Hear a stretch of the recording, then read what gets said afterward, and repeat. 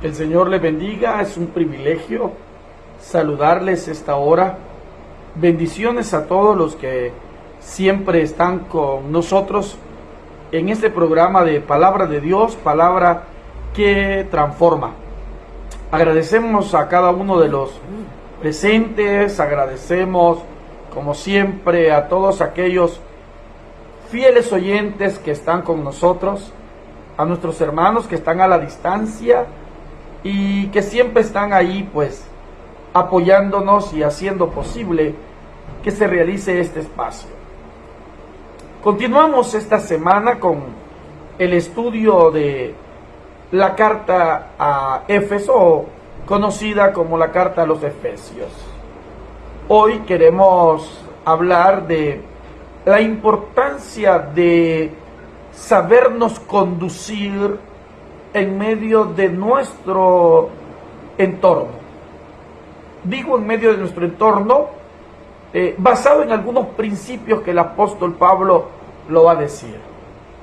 Uno de ellos es que somos carta leída. Y como carta leída somos invitados a mostrar ante los demás una forma diferente de vivir. Claro está que es un desafío, claro está que es un reto, claro está que como seres humanos no somos perfectos, pero sí estamos invitados a hacerlo, a vivir de manera prudente, a vivir de manera sabia y como lo va a decir hoy la lectura que vamos a tener, de vivir también de manera sobria. Es decir, actuar a través de nuestros 5 sentidos. Que sea una persona que pueda tener una actitud con razón, una persona con actitud de tolerancia y con una persona que pueda reflejar ante los demás alguna situación que muchas veces se nos pueden salir de nuestro entorno.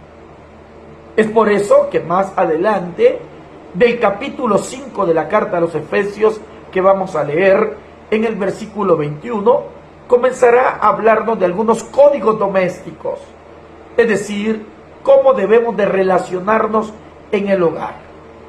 Hoy nos pide de cómo debemos de relacionarnos con los demás. Primero, cómo nos relacionamos afuera. Segundo, cómo nos relacionamos dentro de nuestra familia. Es importante, hermanos, tener en cuenta eso. Uno de los elementos que quizás muchas veces fallamos es de cómo nos relacionamos afuera. Y ahora viene el reto de cómo nos relacionamos dentro de nuestra casa.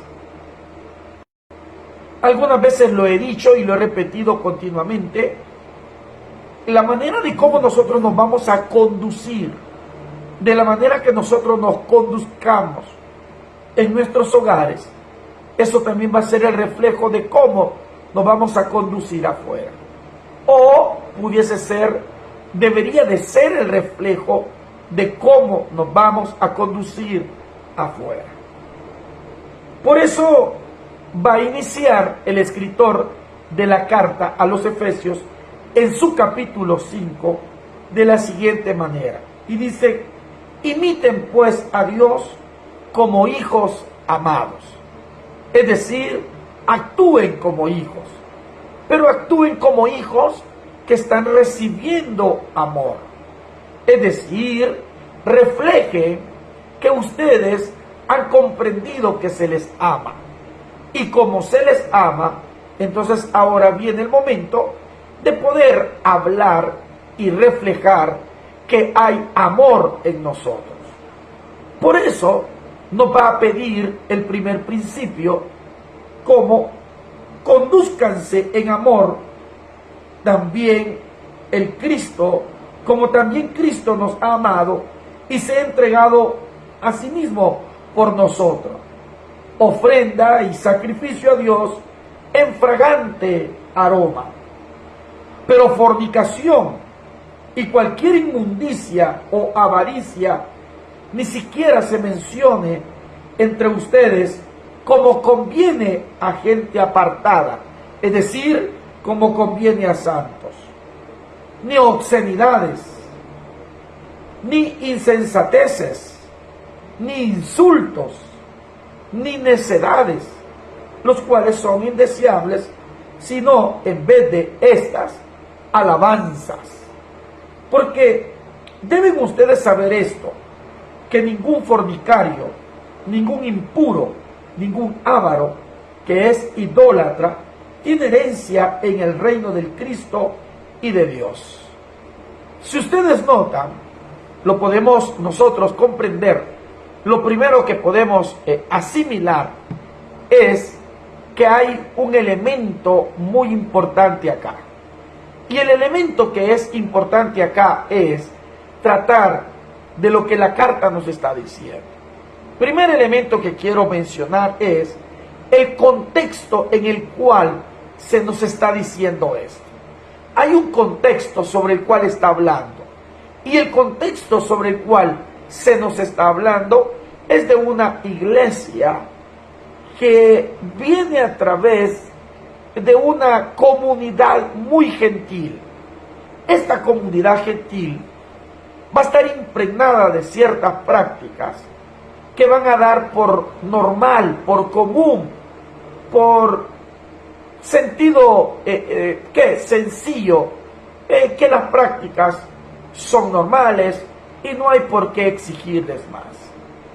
Pero ahora, si nosotros nos damos cuenta, el apóstol, el escritor de la carta a los Efesios, está preocupado y está tratando de enfocar de cómo aquellos que pertenecen a esta comunidad deben de actuar, deben de caminar y deben de relacionarse con los demás. El otro elemento que vamos a leer posteriormente es cómo nos relacionamos en nuestro hogar. Es decir, no hace acepción. Toca el tema de las mujeres o casadas y toca el tema de los hombres o casados. Pero hoy nos está hablando de un listado de ciertas prácticas a las cuales nosotros debemos de ir haciéndonos a un lado. Lo primero es la cuestión de la fornicación. Si nosotros desde el idioma español solamente retomamos la palabra fornicación, estaríamos hablando que fornicación es toda relación sexual fuera del matrimonio. Es decir, es una temática que algunas veces se trata con todos aquellos que no son casados y se enfoca siempre hacia la adolescencia, hacia la juventud, porque ellos son los que no son casados y si tienen relaciones sexuales con alguien de su sexo opuesto, estaríamos llamándole desde el español fornicación. Pero quiero detallar algo de lo que nos está diciendo el escritor. Y es que la palabra fornicación no solamente se refiere a una relación sexocoital entre una pareja de diferente sexo. Realmente la palabra fornicación se desprende de la raíz forneia. Y forneia o porneia significa realmente toda impureza sexual. Es decir, que lo que se le está invitando a la iglesia de Éfeso y hoy a nosotros es superar e ir más allá de toda impureza sexual. Ahora, ¿a qué le vamos a llamar impureza sexual? ¿O a qué se le va a llamar impureza sexual? ¿Y qué le vamos a conocer como impureza sexual? Bueno, si nosotros queremos contextualizarlo a nuestro tiempo, a nuestra época, a nuestros contextos, lo primero que les puedo decir, mis amados hermanos, es lo siguiente. y es que toda impureza sexual está enfocado primeramente a nuestros pensamientos. Quiere decir que todos aquellos pensamientos inicuos y todos aquellos pensamientos que no van enfocados bajo la dirección del Espíritu Santo, eso también puede ser considerado fornicación. En otras palabras, hay que tener cuidado cuando nosotros solo encajonamos fornicación o fornicación a una relación sexual fuera del matrimonio. Es decir, que esta palabra todavía nos exige más. Nos exige más porque nos está hablando de una pureza y de una santidad mental, tanto mental y espiritual como física. En otras palabras, cuando aquí nos dice, y cualquier inmundicia o avaricia, lo que nos está diciendo es que la palabra fornicación o fornicación va más allá de cualquier actitud y de cualquier acción. O sea, ¿a qué me refiero? No solamente es una relación entre una pareja de diferente sexo, sino que estamos hablando de toda actitud que genere inmundicia o de toda actitud que me genere impureza sexual. Y toda impureza sexual surge a través de la mente. Es decir, que todo pensamiento que no vaya de acorde a la palabra de Dios, estaríamos hablando que es fornicación. ¿Se da cuenta que también nosotros estamos expuestos y somos vulnerables a tratar que nuestra mente pueda caer en tal situación? Por eso mismo nos está diciendo el escritor que cualquier inmundicia ni siquiera se mencione entre ustedes, como conviene a gente apartada. Ahora, ¿por qué? Bueno, retomemos algunos elementos de lo que nos va a decir Jesús. Jesús ocupará una figura en el Sermón del Monte muy esencial. Él va a decir que nosotros somos luz en medio de las tinieblas y que hay una lámpara y que esta lámpara no se puede esconder. Lo primero que nos dice es que una lámpara se pone en alto. Lo segundo que nos dice es que esta lámpara no se pone a escondidas, sino que se pone para que alumbre en lugares oscuros. Entonces, si esta lámpara está bajo esa perspectiva de alumbrar y de ir hacia ese enfoque, entonces debemos de reconocer nosotros que, número uno, si somos luz, es para alumbrar. Entonces, retomemos eso. Lo primero que debemos nosotros retomar es cómo nos consideramos. ¿Realmente estamos siendo luz en medio de las tinieblas? Y por eso dice que ni aún se mencione entre nosotros. Y ahí va a enumerar una serie de prácticas. Una serie de prácticas que sería bueno enumerarlas y tomarlas en cuenta y hacernos un autoexamen. Primera, dice, no hay o no debe de existir en nosotros obscenidades o palabras torpes o palabras con doble sentido. Fíjese hasta dónde es importante que el cristiano, la iglesia, la comunidad de fe refleje ante los demás hasta un lenguaje diferente. Hoy, quizás el modernismo, no sé cómo le pudiésemos llamar, pero se ha cambiado un poco la forma en cómo nos tratamos, la forma de cómo nos saludamos, y a través de los tiempos el saludo ha venido cambiando, ha venido cambiando.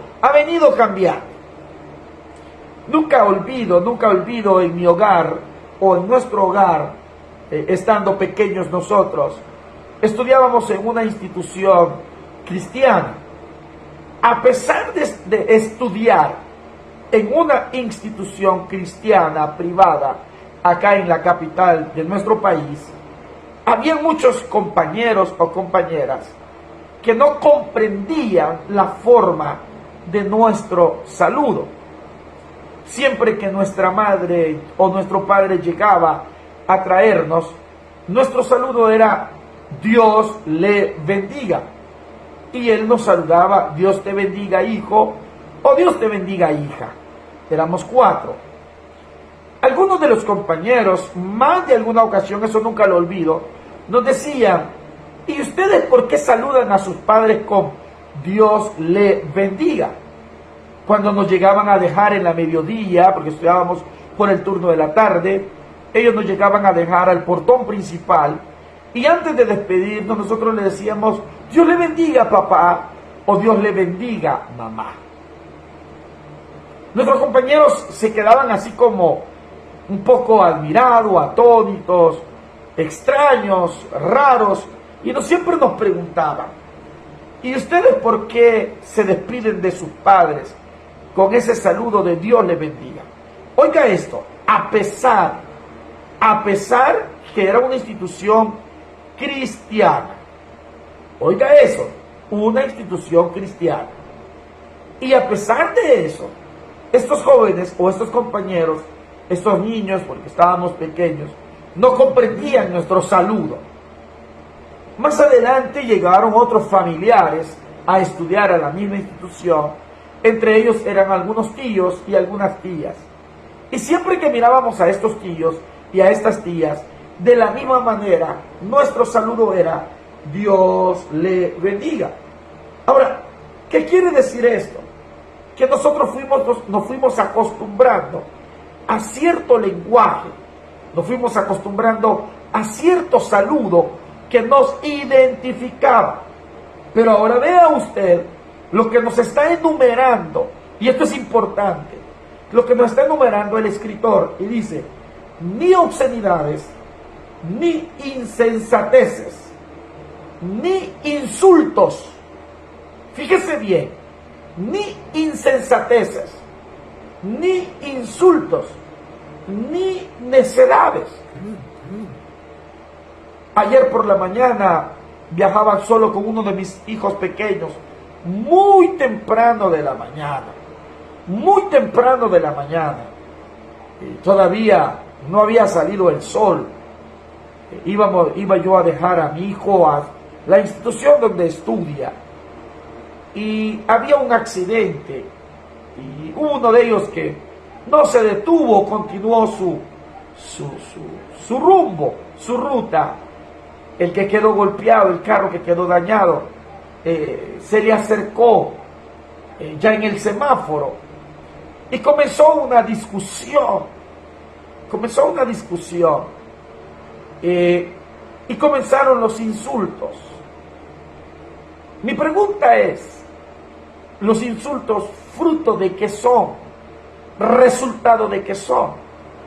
Muchas veces los insultos, las obscenidades, muchas veces toda actitud de insensatez o toda actitud de necedad es el resultado de nuestra intolerancia. Estamos viviendo en un mundo, y usted lo sabe, que estamos viviendo en un mundo de intolerancia. Estamos viviendo en un mundo, en una comunidad, en una sociedad de intolerancia. No soportamos, todo andamos a la carrera, todo andamos a la rápida, y andamos en un contexto estresado. Yo creo que los que vivimos en las grandes urbes, los que vivimos en la capital o en las ciudades grandes, no podemos negar que vivimos en un mundo, en un contexto de estrés. Ahora, veamos en Éfeso. En Éfeso no existía tráfico. En Éfeso no existía el estrés que existe hoy. Posiblemente quizás no existía la intolerancia que existe hoy. Pero ¿por qué el escritor le está pidiendo a esta comunidad que aprenda a relacionarse con los de afuera. Es decir, ¿por qué le está pidiendo que aprenda a actuar con los de afuera? Es importante poner nuestros pies sobre la tierra. Es importante pararnos un momento y hacer como una breve reflexión. Vea usted, dice, actitudes de inmundicia, por favor, ni se mencionen entre ustedes. Condúzcanse como a santos y no se mencionen obscenidades, insensateces, insultos, necedades, porque son indeseables si no en vez de estas cosas hagan o actúen con alabanzas a Dios. Si usted se da cuenta, mi amado hermano, estamos invitados a saber relacionarnos con los demás. Hay un dicho, hay un refrán muy latino y creo que hoy ha llegado a diferentes áreas. El dicho es que somos candil de la calle, oscuridad de la casa. Disculpe que haga esta comparación, ocupe un refrán común, porque la palabra misma nos permite también hablar de esto. La misma Biblia nos dice que nosotros tenemos que ser luz en medio de las tinieblas. La misma Biblia y lo que acabo de mencionar, que si hay una luz no es para meterla debajo de la mesa, no es para esconderla, sino es para ponerla en lugar alto. Entonces, me detengo un momento y le pregunto, si somos luz, si somos esa lámpara, ¿en qué posición estamos? ¿Estamos bajo mesa o estamos por encima de la mesa? Eso es importante analizar. Oiga, le vuelvo a repetir. Si somos luz, si somos lámpara, la pregunta sería, ¿estamos bajo mesa o por encima de la mesa? Porque no tendría sentido que estuviéramos bajo mesa. Y por eso el escritor nos va a dar un listado de prácticas de cómo debemos de relacionarnos con los de afuera. Primero, evitar toda actitud de inmoralidad sexual. Segundo, no debe de haber obscenidades, insensateces, insultos, necedades, porque todas estas acciones son indeseables. Porque deben ustedes saber esto, que ningún que practique la impureza sexual, ningún impuro, ningún avaro, ningún idólatra tiene herencia en el reino de Dios. Me voy a detener un poquito acá y voy a abrir un pequeño paréntesis. Oiga esto, avaro. Usted sabe quién es un avaro. Pero yo puedo justificar mi tiempo de trabajo, yo puedo justificar mis horas extras, yo puedo justificar mi negocio, yo puedo justificar mi tiempo de mayor venta. La pregunta es, si aquel que tiene un negocio, aquel que tiene un empleo, aquel que Dios le ha bendecido, por eso dijo el salmista David las siguientes palabras: no me des mucho, porque puede ser que me olvide de ti. No me des poco, porque puede ser que blasfeme tu nombre. Entonces, ¿qué dice el salmista? Dame lo necesario. ¿Y por qué? Porque Dios nos ha dado lo necesario. Yo creo que todos los que estamos en este preciso instante podemos dar testimonio que Dios nos ha dado lo necesario. Pero debemos de tener muchísimo cuidado de caer en la avaricia. Posiblemente alguien me va a decir, hermano, pero no hay que ser conformista. No, Una cosa es el ser conformista y el decir, ya tengo lo necesario, esto está aquí. No, Dios nos ha llamado a ser luz, pero también nos ha llamado a ser cabeza. Y nos ha dicho que no seremos cola. Por lo tanto, podemos ser prosperados. Por lo tanto, podemos ir creciendo. Por lo tanto, su empresa, su negocio, su profesión puede crecer. Pero también debemos de aprender a darle gloria a Dios y agradecerle a Dios con todo aquello que nos permite vivir, que nos permite tener nuestro bocado, nuestro vestuario y todo lo necesario en nuestros hogares.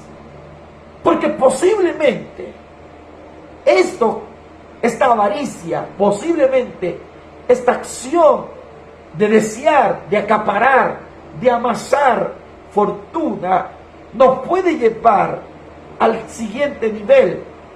De la avaricia voy a saltar a la idolatría. Porque la raíz de todos los males es el amor al dinero.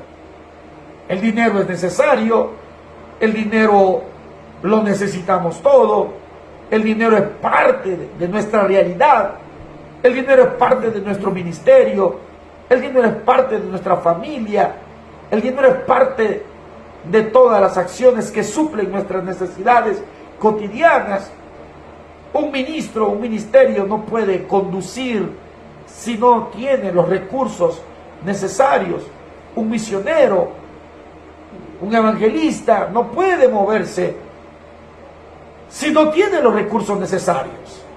Pero estos recursos necesarios, por eso dice necesarios, es lo que necesitas. Porque todo aquello que es superfluo, bueno, no se necesita. No es necesario.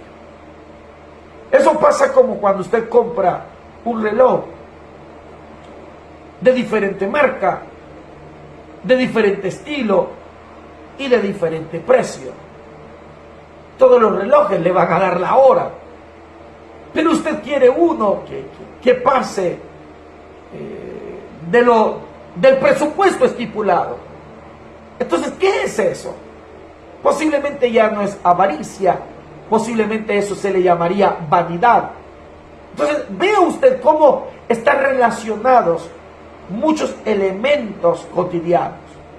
De la avaricia me puedo ir a la vanidad, de la avaricia me puedo ir a la idolatría. ¿Y por qué puedo irme a la idolatría? Porque cuando mi negocio, mi profesión, mi trabajo, mis insumos económicos sustituyen y comienzan a sustituir el tiempo de Dios, entonces todo aquello que sustituya, que tome el lugar de Dios, se convierte en idolatría. Algunas veces nosotros combatimos, señalamos, avergonzamos, marginamos a todas aquellas personas que en algún momento vivieron bajo acciones idolátricas. Siguieron a algún personaje, siguieron a una cuestión de algún santo, como ellos le llaman, y entonces nosotros dijimos, este es idólatra. Muchos de nosotros testificamos y decimos, yo era idólatra, Dios me sacó de ahí. Pero últimamente hemos venido adquiriendo nuevos dioses. La modernidad y sobre todo la posmodernidad nos ha introducido una nueva categoría de dioses. Su mismo orgullo puede ser un dios. Su mismo ego, su mismo capricho se puede convertir en idolatría. Porque usted honra más, usted le da más fuerza, fortalece más su ego que la humildad, que la sencillez. Ahora bien, cuando nosotros vemos lo que nos está diciendo el escritor en la carta a los Efesios y nos está representando esta situación de lo que nosotros estamos viendo en el capítulo 5, nos dice así, versículo 4, obscenidades, insensateces, insultos, necedades, son indeseables, no necesitamos mencionarlas. Ustedes deben de saber algo, toda persona que practica tales cosas no tiene parte en el reino de Dios. Ahora, es importante descifrar e interpretar qué es el reino de Dios para nuestro escritor. Y el reino de Dios es aquella relación que tenemos desde el sentido comunitario. Cuando usted está dentro de la iglesia, usted está ya viviendo parte del reino de Dios. Sus relaciones interpersonales son parte de lo que se va a vivir dentro del reino de Dios. El reino de Dios se caracteriza porque quien va a ser el rey lo ha hecho y lo hizo. Ese sacrificio para adquirir la categoría de rey lo hizo por amor. Entonces, ahora nos invita que a todos aquellos que seamos parte de esta comunidad y de este reino, también lo hagamos por amor. Perdonemos por amor, actuemos por amor, cambiemos por amor, seamos diferentes por amor. Pero la pregunta sería, ¿por amor a quién? La respuesta es sencilla, por amor a Dios y por amor a aquel que lo dio todo por cada uno de nosotros. Por eso dice que nadie los engañe. Oiga esto, el versículo 6, nadie los engañe con vanas palabras o con palabrerías, porque toda esta situación de engaño está provocando que la ira de Dios se manifieste. Por eso nos dice, no sean partícipes con ellos, porque ustedes eran tinieblas, y esto me encanta, nos está poniendo en una acción del pasado. Yo me quiero detener un momentito, rápido, y le pregunto, o lo invito, mejor dicho, a que haga una pequeñita reflexión. ¿Quién era usted hace 5 años? ¿Quiénes éramos nosotros hace 1 año? ¿Quiénes éramos nosotros hace 2 años en el proceso del inicio de la cuarentena y de lo que fue la pandemia? ¿Quiénes éramos nosotros hace 15 años, hace 20 años, hace 30 años? ¿Quiénes éramos? ¿Qué éramos?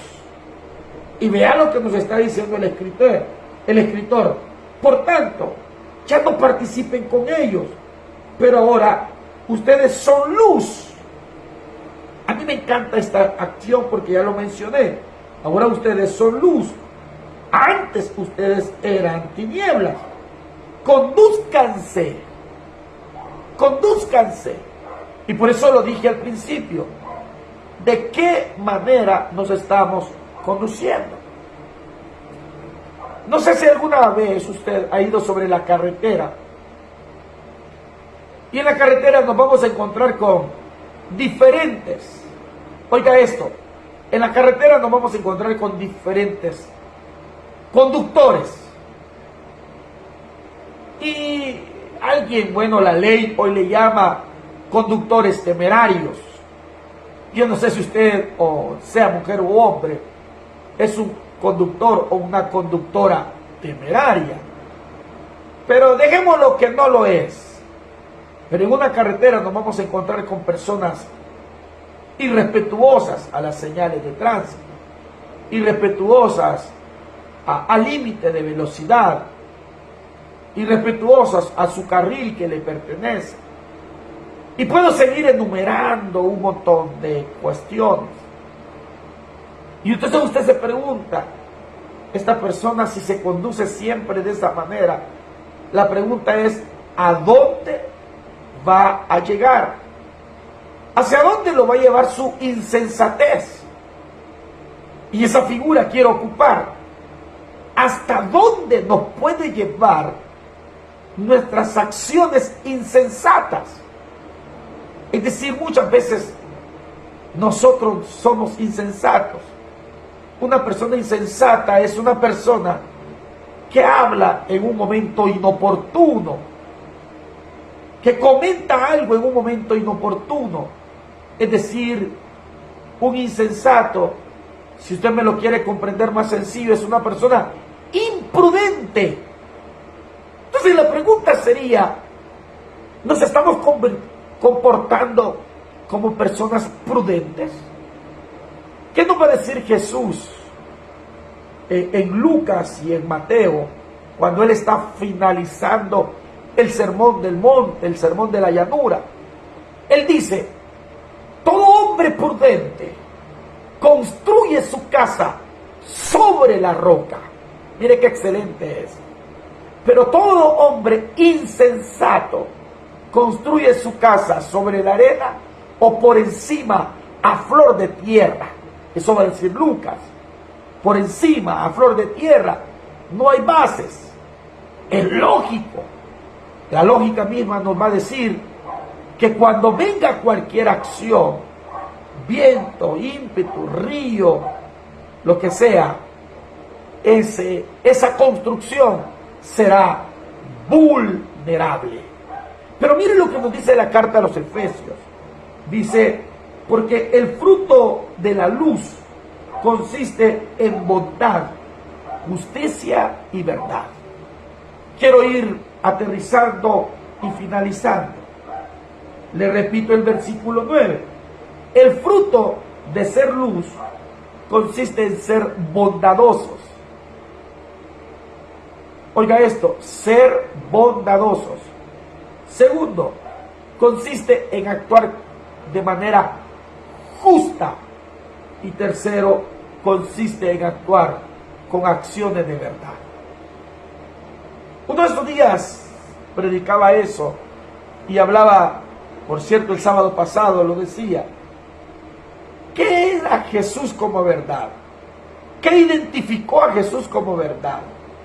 A Jesús como verdad lo identificó su testimonio. No fueron sus palabras. Sus palabras no es que no fueran verdad, pero sus palabras no hubieran tenido eco si no hubiera tenido un ministerio de acción. Todo lo que dijo se hizo, todo lo que dijo se cumplió, se está cumpliendo y se va a cumplir. Todo lo que enseñó lo llevó a la práctica. Él habló de posiblemente sanidades y hubieron sanos. Él habló de resurrección, hubo resucitados. Él habló en su primer mensaje en la sinagoga, el Espíritu de Jehová está sobre mí, que me ha mandado, me ha enviado, me ha ungido para dar libertad a los cautivos, libertó cautivos, para dar vista a los ciegos, le dio vista a los ciegos, para que los cojos anduvieran, para dar vida. Entonces sus palabras no solo se quedaron en el eco de la enseñanza, sus palabras fueron más allá del eco de la enseñanza y se fueron a la práctica. Una praxis que realmente fue consecuente con sus palabras. Entonces, ¿qué nos invita? Número uno, ¿cómo nos estamos conduciendo? Si usted ha visto ese conductor temerario, ahora imagínense si somos cartas leídas, si la gente nos está viendo a nosotros como cristianos, como conductores temerarios. Y no estoy hablando mujeres y hombres que manejamos algún móvil, algún bus, alguna moto, algún carro, alguna troca, algún cabezal, como nosotros le decimos en El Salvador, algún tráiler. No. Me estoy refiriendo a cómo nos estamos conduciendo en nuestra vida, cómo vamos caminando, cómo vamos relacionándonos, cómo nos relacionamos. Imagínese usted caminando, conduciéndose en el camino de la vida, y atrás de ustedes van otros, van otras, y lo van viendo. Y estos quieren imitarlo a usted, quieren seguir su rumbo, quieren seguir su carretera, quieren seguir su camino.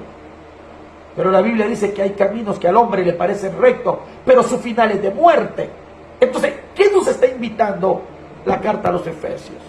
La carta a los Efesios a lo que nos está invitando es que nos conduzcamos de la manera que debe de hacerse.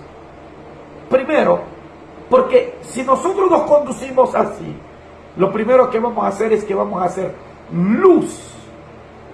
Y hay muchos que están en tiniebla atrás, que van a ir detrás de esa luz. Imagínense la posición que nos da el Evangelio: ser lámpara, ser luz. Imagínense la posición. O sea, es una posición no tan sencilla, es una posición no tan así normalizadora de luz. No. Si nosotros somos luz, quiere decir que hay otros que van a caminar tras esa luz. Ahí está la situación. Imagínense en qué categoría estamos. O sea, no es una cuestión sencilla de solo pensar que somos luz. No, es que si somos luz, significa que hay otros que van tras nosotros. Oiga, qué fuerte se hemos grito. Que van tras nuestras pisadas. Quiero finalizar con esto. Más de alguna ocasión, bueno, nosotros que viajamos a zonas rurales por nuestras iglesias, acá en nuestro país, hemos viajado bajo la luz de una lámpara. El que va adelante, los que van en medio, van alumbrando, y la línea de hermanos y hermanas, jóvenes, niños, caminando. Y lo primero que vamos fijándonos es quién lleva la luz. Lo segundo, siempre le vamos diciendo: trate de alumbrar para que todos veamos. Trate de alumbrar para que todos pisemos en un lugar seguro, en un lugar estable, porque posiblemente pateemos algo que no se debe, o en un lugar que no está seguro.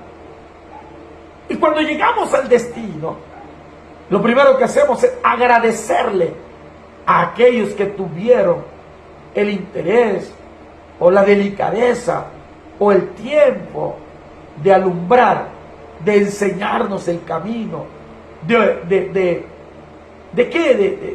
prestar su herramienta, su utensilio, para que todos camináramos. Al llegar al destino, todos nos sentimos bien, nos sentimos satisfechos, porque hemos llegado a nuestro destino. ¿Gracias a quién? A una lámpara, a un móvil que llevaba una luz. Vea. Ahora, exactamente eso es lo que la gente de nuestra comunidad está deseando. Están en tinieblas y muchos de ellos desean caminar en luz. Y oiga esto: no vendrá Jesús a mostrarles la luz. No vendrá Jesús a pararse y decirles: aquí está mi luz. En la iglesia somos nosotros, como hijos de luz, que daremos este reflejo de luz. Así que, mis amados hermanos, a lo que estamos llamados como iglesia, a lo que estamos llamados como comunidad, es a sabernos conducir, porque los días, dice el escritor, son malos. Porque los días no son como se esperaba. Imagínense, aproximadamente hace 2000 años se dijo eso. Y yo quiero decirles que todavía esa frase sigue siendo real. Los días son malos y hay que sabernos conducir, porque hay otros tras nosotros que van tras nuestras pisadas y también quieren conducirse bajo nuestra luz.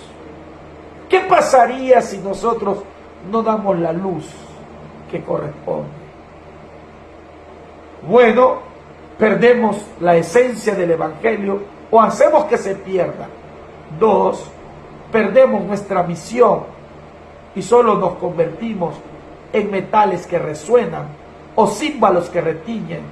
Solo somos cosa. Nos convertimos en algo cosificado, solo una cosa más que está ahí, posiblemente hasta de estorbo. Pero cuando somos luz, Dios nos bendice, porque esa luz no solamente es nuestra, sino que es el reflejo que el Espíritu Santo nos está acompañando. Bien, mis amados hermanos, es un privilegio el saludarles, es un privilegio el estar con cada uno de ustedes, y es un privilegio el poder comprender que la carta de los Efesios nos invita a que sepamos conducirnos, porque tras nosotros van otros que se quieren conducir y están en una condición deplorable, así exactamente como lo estuvimos nosotros en alguna otra ocasión. ¿Qué pasa cuando por la noche se va la energía tan necesaria y quedamos a oscuras? En El Salvador, aquí en nuestro país, tenemos una cultura, y es la cultura del grito.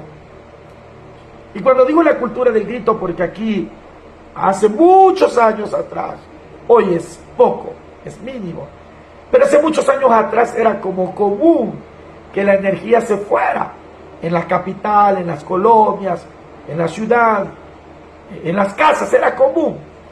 Algunas veces el Estado, el gobierno racionaba energía y nos quitaba la energía y nos dejaba 10, 15, media hora en todo el país sin energía. Y cuando la energía volvía, toda la población, de manera al unísona, de manera así, sin que nadie lo dijera, todos gritaban. Y gritaban y se oía una gritería en todas las colonias, en todo. Todo el mundo gritaba. ¿Y por qué se gritaba? Porque había llegado la energía y ahora había vuelto la luz. Yo creo que mucha gente así también.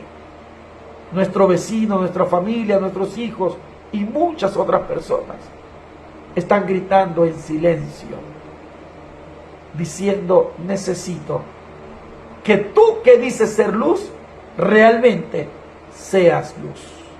Es un gran desafío para todos, para la iglesia, para mí, para los que me están escuchando y los que nos van a escuchar.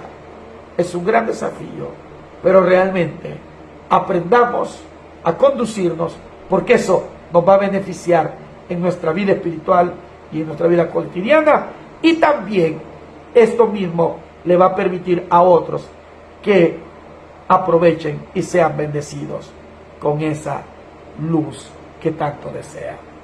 Familia Pavón Romero les saluda desde El Salvador. Gracias. Decirles que en la zona de Houston ya cambió el horario. Hoy estamos al mismo horario de Centroamérica, exactamente 7 de la noche en Houston, 7 de la noche en El Salvador. No sé cuál es el horario en la parte más norte, por ejemplo Canadá, pero les estaremos haciendo llegar para todos aquellos que siempre están pendientes. Bendiciones, que el Señor les bendiga, les guarde y nos vemos la próxima semana. Un gusto saludarles y bendiciones a todos. Recuerden, sepamos cómo conducirnos, porque hay muchos tras nosotros que también desean conducirse de la manera como nosotros nos conducimos. Que la paz de Cristo sea con todos. El Señor me lo bendiga.